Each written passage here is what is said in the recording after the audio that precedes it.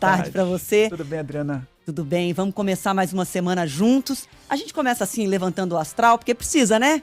Que às vezes o noticiário... Não aconteceu quase nada no fim de semana mesmo, né? Um domingo muito calmo. Foi tudo tranquilo. Um domingo tranquilo, não teve bang-bang, não teve nada. Só na ficção isso aconteceu. Teve até granada. 20 tiros de fuzil e 2 granadas contra agentes da Polícia Federal. E é sobre isso que eu gostaria de começar falando hoje aqui no Entre Nós. Na verdade, depois de 20 tiros de fuzil contra a Polícia Federal e 2 granadas, eu tenho dúvidas, muitas dúvidas. Então começo com as perguntas. Cadê o celular do Roberto Jefferson? Com quem ele falou ao telefone antes e depois de disparar 20 tiros de fuzil contra a Polícia Federal? Para quem ele mandou o WhatsApp? Mensagem. De quem ele recebeu mensagem? E a filha e a esposa? Quem se comunicou com quem estava dentro da casa do Roberto Jefferson, que disparou 20 tiros de fuzil contra a polícia? A minha outra dúvida é, se você, hoje, disparar 20 tiros de fuzil contra a polícia e 2 granadas, você acha que o ministro da Justiça vai correr para te socorrer?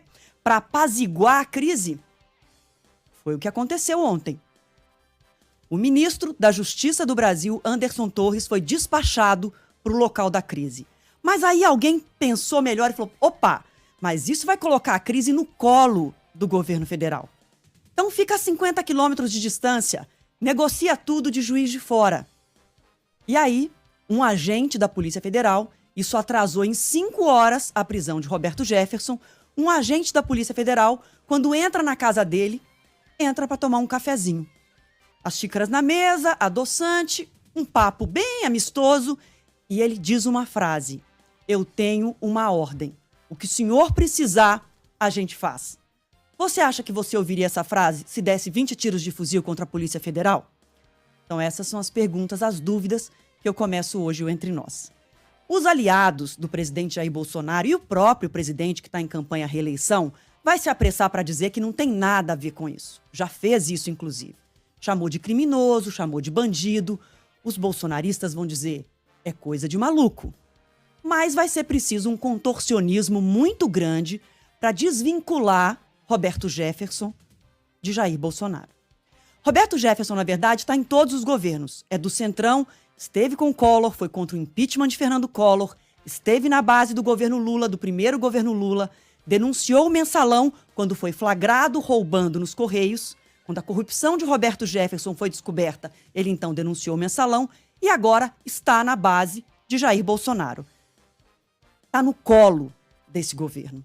E desde 2021, quando o governo abriu as portas para o Centrão. Então eu tive curiosidade de ir no WhatsApp, no Instagram do Roberto Jefferson, e ele postou assim, tá lá, para todo mundo ver, 14 de abril de 2021. Uma das muitas fotos que ele tem com Jair Bolsonaro, ele escreveu, aspas, meu presidente encarna todos os meus credos. Prometo defendê-lo enquanto pólvora tiver. Roberto Jefferson gastou bastante pólvora ontem. Roberto Jefferson, desde que chegou ao governo Bolsonaro, em 21, ele se tornou um megafone de todos os discursos do bolsonarismo. Contra o STF, contra o Tribunal Superior Eleitoral, contra as urnas eletrônicas, contra a democracia. Todos os discursos golpistas proferidos por Bolsonaro e seus apoiadores nos últimos 4 anos tiveram o megafone do Roberto Jefferson à disposição. Além disso, a legenda, o PTB, o partido do qual Roberto Jefferson é o manda-chuva, ficou à disposição de Bolsonaro para que ele se candidatasse a presidente à reeleição pelo PTB. Essa hipótese foi analisada por meses por Jair Bolsonaro, que depois optou pelo PL, que é um partido maior e mais estruturado.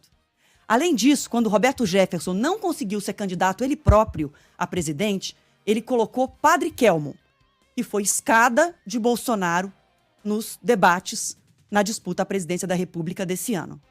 Padre Kelmon, que estava lá, dentro da casa de Roberto Jefferson, naquele cafezinho amistoso em que a frase do agente da Polícia Federal foi dito, eu tenho uma ordem. O que o senhor precisar, a gente faz. Então, vai precisar de muito contorcionismo para distanciar Roberto Jefferson de Jair Bolsonaro. e vai precisar de muito contorcionismo para dizer por que a investigação não vai ser feita profundamente. Com quem Roberto Jefferson falou dias antes de atacar com 20 tiros de fuzil e 2 granadas agentes da Polícia Federal que ficaram feridos. Com quem ele falou nas 5 horas em que o ministro da Justiça negociava e arrumava uma maneira de botar panos quentes na crise. Qualquer investigação séria num país sério teria respostas para essas perguntas. E é sobre esse noticiário do Bang Bang de domingo no Brasil que a gente começa agora.